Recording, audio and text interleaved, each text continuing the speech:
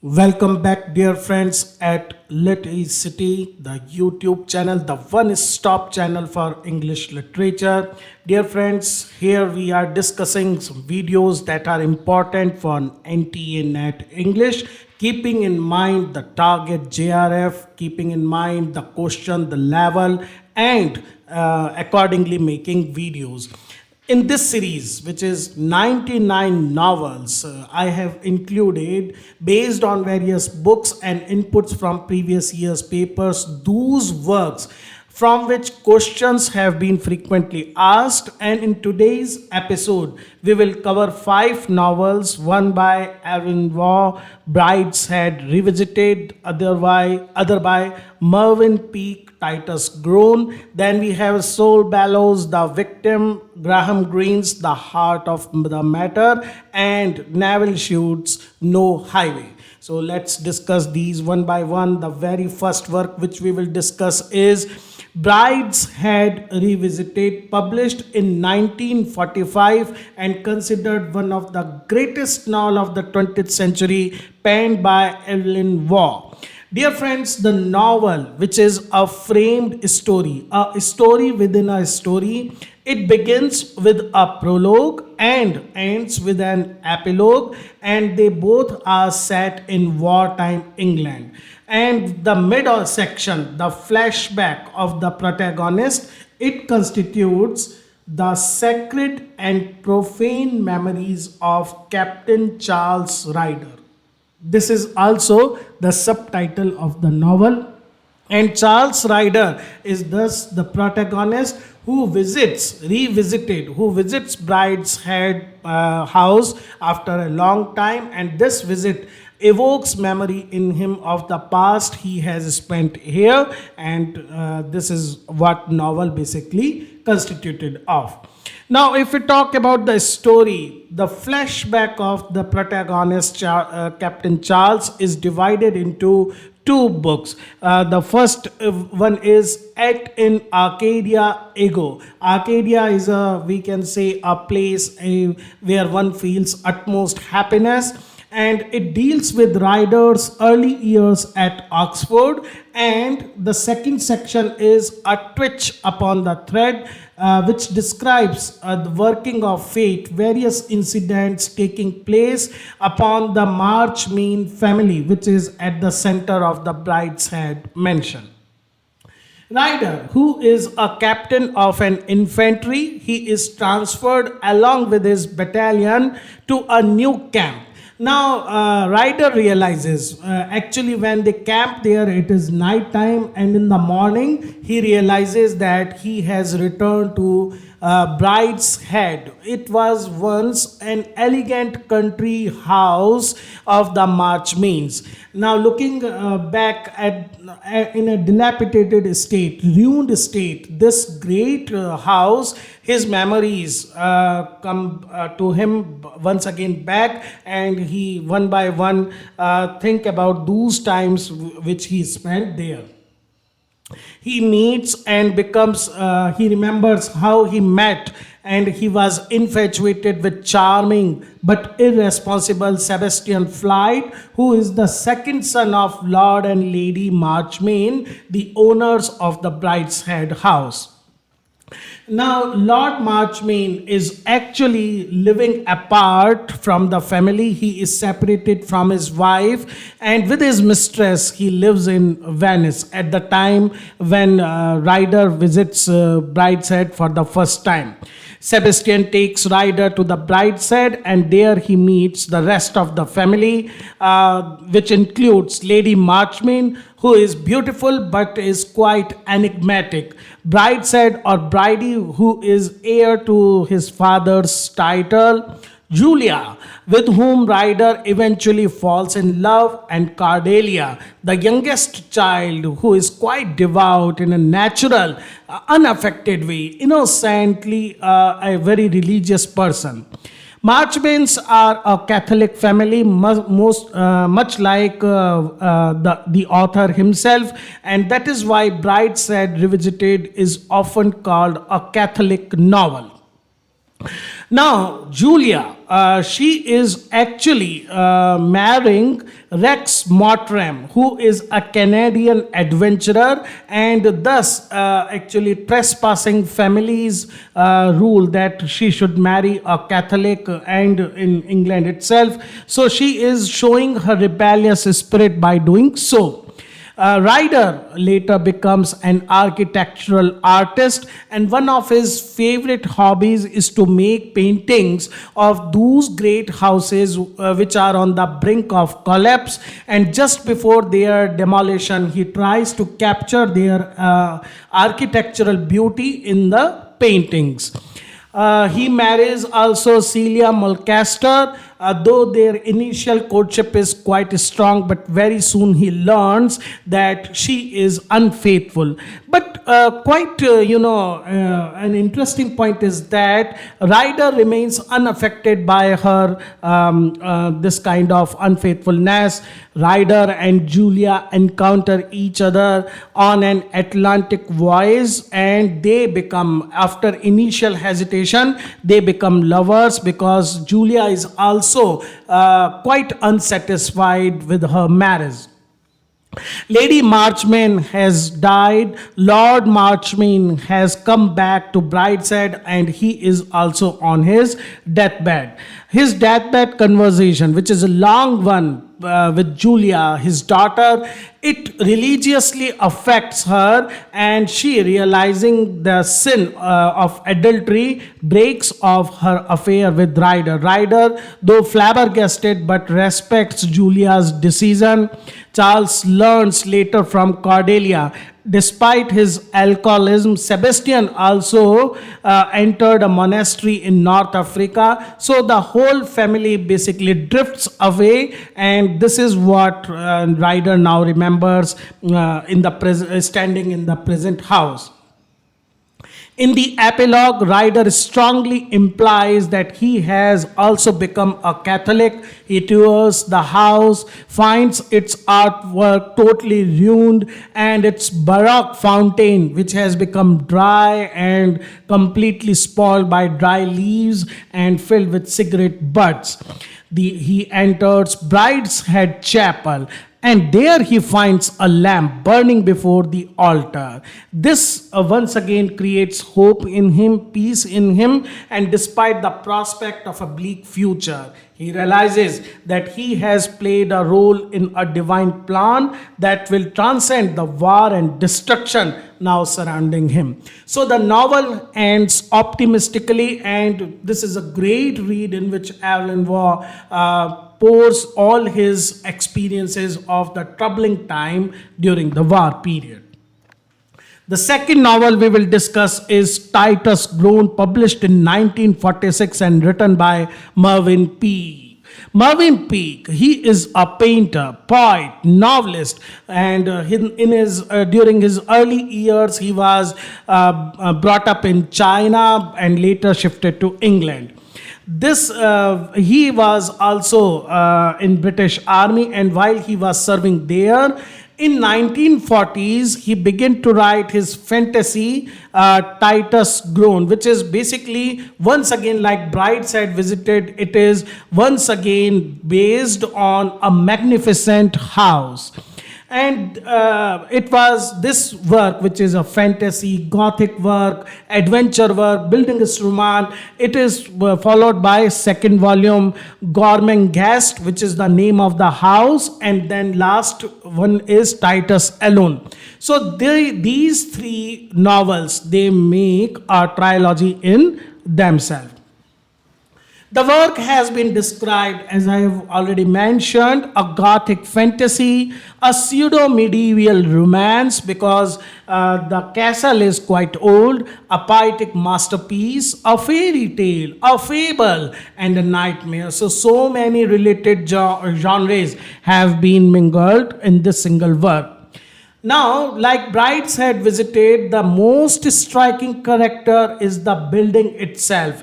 Gormenghast Castle, the immensely old and huge ancestral home of the Groans. Now, actually, the plot begins with the introduction of Steer Pike. He is a rookie chef, a rookie cook, and he desires to escape the domination of Swelter, who is his master, the head cook. Now, everybody at this castle follow fixed rituals. There is no liberty. They have to follow the code of conduct, and there is, in fact, a master of rituals. Now, Steer Pikes not only now ambitious of becoming head cook, he dreams of taking the complete command of the castle. He wins the trust of Cora and Clarice. They both are simpleton twin sisters of Sepulcrave. Sepulcrave is the lord of the castle, and through them he plots to set fire to Sepulcrave's library when the family gathers for a ceremonial.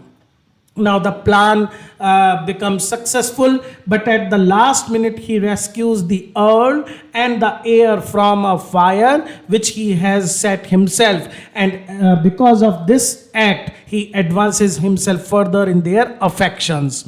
In the fire, Sawdust, who is the master of ritual, the most important position in the house, he dies in the fire. Steerpike now thinks of getting this post of the master of rituals, and because he knows that the position is of central importance in the castle. But Sawdust's son, Berquintine, he is there and he takes over the post and thus questioning the ambition of Steerpike. Steerpike then attaches himself to Berquintine as his apprentice because he has further plan to make. Then we have, there is a subplot. A rivalry is going between Swelter, the head cook, and Spulker's devoted valet, Flay. Because of this particular rivalry, Flay kills Swelter, and because of this act, Sepulcrave banishes Flay from the castle and he himself disappears. So there is lot of mystery going on, and actually in the end what happens, the first book ends with the proclaiming of the infant Titus because his father has disappeared as the 77th Earl of Groan. So the whole book, we do not, the title is Titus Groan, but in the whole novel, Titus is just a child who is born and only 3 to 4 years old or maximum 6 years old. The plot is based on the mechanism of Steerpike, Swelter, and Flay. So this is, and the story is further continued in these novels, Gormenghast and Titus Alone. The next work, which is very different from these two works we have discussed, is The Victim, published in 1947 and written by Saul Bellow, a winner of Nobel Prize for Literature. It is second novel by Bellow, and it features S.A. Leventhal, who is a Jewish middle-aged man and who works as an editor of a trade paper. Essa's wife, Mary, is out of town. She is on visit to some relatives. He receives a call from his brother's wife, Elena, who is also alone. Now, Elena's husband, Max, has gone to Texas for a job opportunity. But Elena's son, Mickey, is sick and she asks Essa for help. Over the next few days, Mickey grows worse and dies, and Essa somehow feels that he has not been able to up to the task which has been given to her by his sister-in-law. At the same time, Essa meets an alcoholic, Kirby Albee, who blames his downfall on Essa because, according to Kirby, it was due to Essa that his employer has sacked him. Essa is at first irritated by his constant complaints and requests for help, but he gradually feels a growing sense of responsibility for Kirby and he eventually takes him in. But one day, Essa catches Kirby in his bed with a woman and throws him out. But Kirby sneaks back in and tries to gas himself while Essa, or commit suicide while Essa is sleeping. Gradually, Asa becomes psychologically crushed by the weight of his guilt over what Kirby imagines he did because he didn't actually do it, guilt over his inability to prevent the death of his nephew, and guilt about his Jewish heritage. In the end, months after Kirby's suicide attempt, Asa and his wife meet Kirby with a beautiful actress who seems to be completely okay with his life. Kirby is doing quite well. Asa is completely bewildered because he is suffering from the guilt. That is why he is the victim. Now it is unclear who is the real victim, Kirby or Asa. The next work we are going to discuss is The Heart of the Matter, published in 1948 and written by Graham Greene. Dear friends, The Heart of the Matter is one of the most popular works of the 20th century. It has been read, acclaimed, and critically praised by people around the globe. The main character, the protagonist of this work is Major Scobie, who is chief of police in a British West African district. Now, Scobie has a reputation for being quite honest, but in spite of this, he is to be passed over for the district commissionership in favor of a younger man. It makes him quite disappointed and disillusioned also. Now, there is also his wife, Mrs. Scobie, who is also equally disappointed, and she is different from other officers' wives because she doesn't involve in gossip, but rather always lost in her books, a lover of literature, especially poetry, and this sets her apart from the other officials and their wives.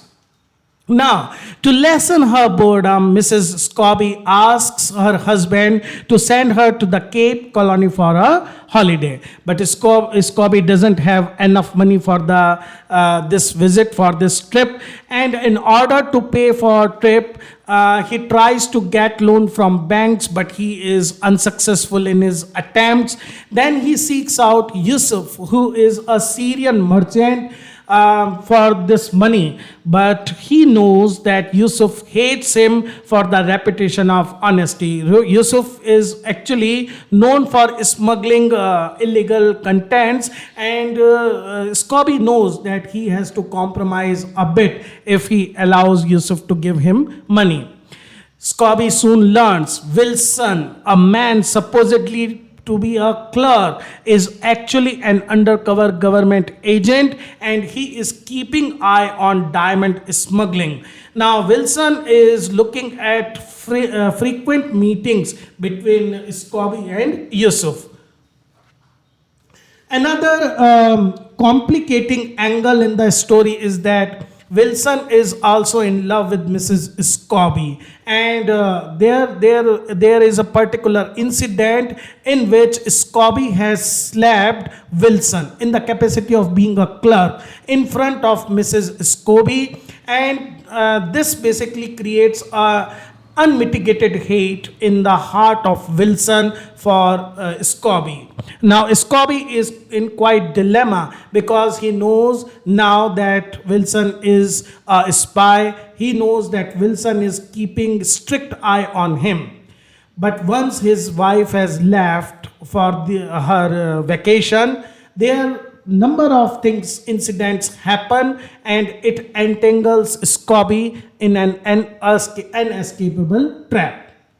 First, Scobie finds a suspicious letter in a captain's cabin of a Portuguese ship. But instead of handing it over to the authorities, he tells it about the captain, and captain tells that it is an innocent letter from his daughter.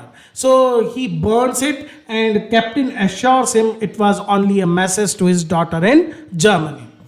He meets Mrs. Rolt, who has also arrived with that particular ship. She is a young widow rescued from a torpedoed British boat, and soon they both fall in love with each other. Though they are very discreet about the affair, one of his letters is intercepted by Yusuf, and Scobie is now forced to help Yusuf smuggle some gems out of the colony. Wilson, also suspects Scobie's role in smuggling. Mrs. Roll pleads Scobie to divorce his wife. Scobie, being a Catholic, cannot think of it. His dilemma is increasing. Mrs. Scobie returns, and Scobie, while he is performing some religious practices in church, is not able to confess either to her or to the padre. He partakes in religious practices, but he also knows that he is hiding his sin. His soul is forever damned. To end his predicament, Scobie remembers what a doctor has told him the best way to commit suicide. He fakes bad heart condition and have a medical prescription. Ironically, Scobie is told that finally he is considered for the commissionership of the colony, but that he cannot be given the post because now he has a bad heart condition. To make his death appear convincing, Scobie fills his diary with entries tracing the progress of his heart condition. One evening, he takes an overdose and dies. Only very few people suspect the real truth. The one is the priest who knows Scobie's virtues and his sins. He tells Mrs. Scobie no one can call Scobie wicked or damned, for no one knows the scope of God's mercy. So the novel ends on a very poignant note, creating how a man is trapped in moral dilemma. It is also those novels in which the author Graham Greene has tried to point out things related with deep religious convictions. The last novel of this episode we will discuss is No Highway, published in 1948 and written by Nevil Shute. Now, in this novel, this mystery novel, this thriller novel, Theodore Honey is a scientist and employee at the Royal Aircraft Establishment at Farnborough, where he is working on his concept of metal fatigue in aircraft. Metal fatigue is basically concept in which it is considered that after particular number of hours, metal of the plane is basically prone to collapse. On this theory, he is working. He is at present examining Rutland Reindeer, which is a passenger plane, about the types of stresses which are encountered in flight. Now, the narrator of the novel, Dennis Scott, he is also the boss of Honey. He discovers a recently crashed reindeer has done nearly the same number of flying hours which Honey has is esteemed to be sufficient, or after which there is chances of metal fatigue. So he sends Honey to the site in Canada to examine the case. Going there, Honey discovers he is in another reindeer plane and its flying time are close to his predicted failure time. So now he is in dilemma. Should he continue the fly and put in danger the life of all the crew members, or should he stop in midway? While he also tells the same thing to Teasdale, who is an actress, aging actress, and he is an admirer of her, advising her about the safest place to go in the aircraft in case there is a crash. Now, while his sincerity also impresses the pilot, Samuelson, knew the captain of recently crashed reindeer, and he knows that that captain was quite a skilled person, so he also believes in Honey's theory. After a heated argument in which he fails to convince the crew regarding his theory of metal fatigue, Honey, in desperation, while the plane has taken a break, unlocks the safety interlock and the plane is in standby mode. It causes serious damage to it. Now it can't be flown over. Because of this particular act, he is called back to Farnborough, and where his daughter is mysteriously found unconscious. His daughter is supposed to have some magical power, supernatural powers, Scott goes to Canada himself to the crash site to find the evidence of the crash. Surprisingly, Scott doesn't find any debris of the plane, which he must find to prove the theory of metal fatigue.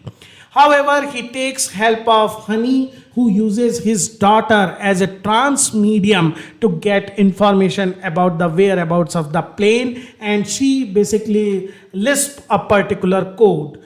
He gets a coded message which he eventually sends to Scott.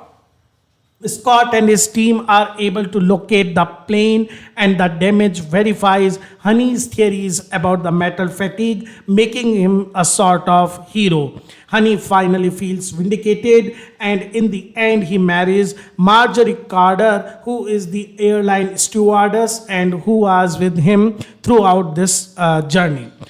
Dear friends, that's all in our today's episode, where we have discussed another novel in our series 99 novels. You can easily get free PDF. Just need to do a message to me on WhatsApp, or you can also message on YouTube channel, and I will share the free PDF of this video. Thank you, friends. Keep supporting.